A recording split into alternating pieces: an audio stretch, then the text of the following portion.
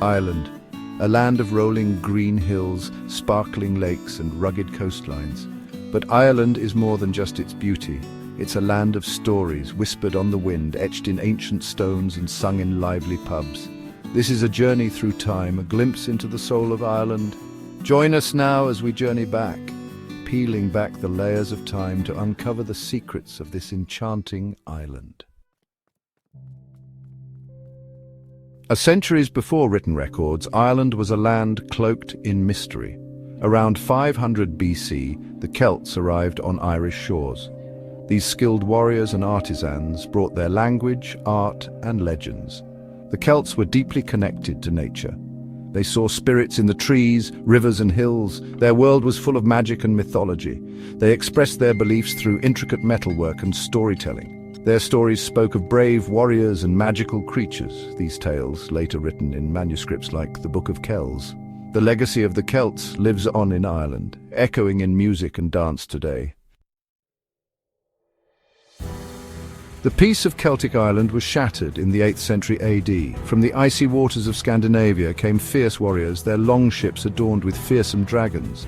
They were the Vikings. Their arrival marked a new chapter in Irish history, one characterized by raids, battles, and eventually settlement. The Vikings, with their superior seafaring skills and ruthlessness, plundered monasteries and settlements along the coast. Though initially focused on raiding, they gradually established settlements, particularly around the coast. These Viking enclaves, like Dublin, Cork, and Waterford, would grow into major Irish cities. The Vikings, though fierce warriors, were also skilled traders and craftsmen. They brought with them new technologies, ideas, and artistic styles, further enriching the melting pot of Irish culture. Their influence can still be seen in the place names, architecture, and even the DNA of modern Ireland. In the 12th century, a new power entered the Irish stage: the Normans. These descendants of Vikings who had settled in France arrived with their sights set on conquest. The Norman invasion, instigated by a request for aid from a deposed Irish king, would have profound and lasting consequences for Ireland. Led by the ambitious Richard de Clare, known as Strongbow, the Normans quickly gained a foothold in Ireland. They built powerful castles, established their own laws and customs, and began a process of Anglicization that would continue for centuries. The Normans, though initially met with fierce resistance, gradually consolidated their hold on Ireland. They introduced feudalism, a new social order that reshaped Irish society. The Norman invasion marked the beginning of a long and often turbulent relationship between Ireland and England. The mid-19th century brought a period of unimaginable hardship to Ireland. It was the time of the Great Famine, a catastrophic event that would forever scar the nation's psyche. Between 1845 and 1852, a blight ravaged the potato crop, the staple food of the Irish peasantry. Millions of Irish people, already suffering under oppressive British rule, were left without food.